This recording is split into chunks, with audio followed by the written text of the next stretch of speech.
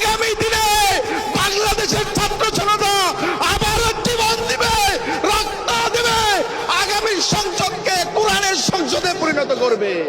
ইসলামী আন্দোলন বাংলাদেশ শুধুমাত্র ক্ষমতার রাজনীতি করে না, ইসলামী আন্দোলন বাংলাদেশ জনগণের কল্যাণে ইবাদতের রাজনীতি করে।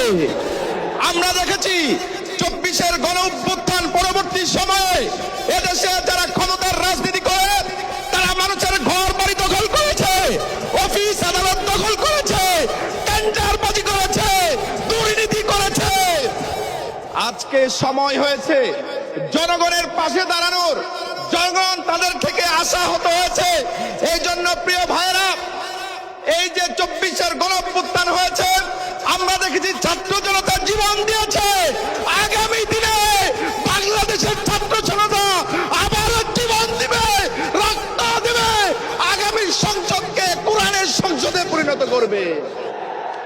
এই আহ্বান এবং প্রত্যাশা রেখে আপনাদের প্রতি সবিনয় আহ্বান জানাতে চাই, প্রিয় বন্ধুগণ, আগামীর বাংলাদেশকে সুন্দর এবং বৈষম্যমুক্ত হিসাবে গড়ে তুলতে মাঠে ময়দানে প্রস্তুতি নেন, নিজেদেরকে যোগ্য হিসাবে গড়ে তুলেন। এই আহ্বান জানিয়ে, এই প্রত্যাশা জানিয়ে আমি আমার সংক্ষিপ্ত বক্তব্য শেষ করছি। আল্লাহ হাফেজ। আসসালামু আলাইকুম ওয়া রাহমাতুল্লাহি ওয়া বারাকাতুহু।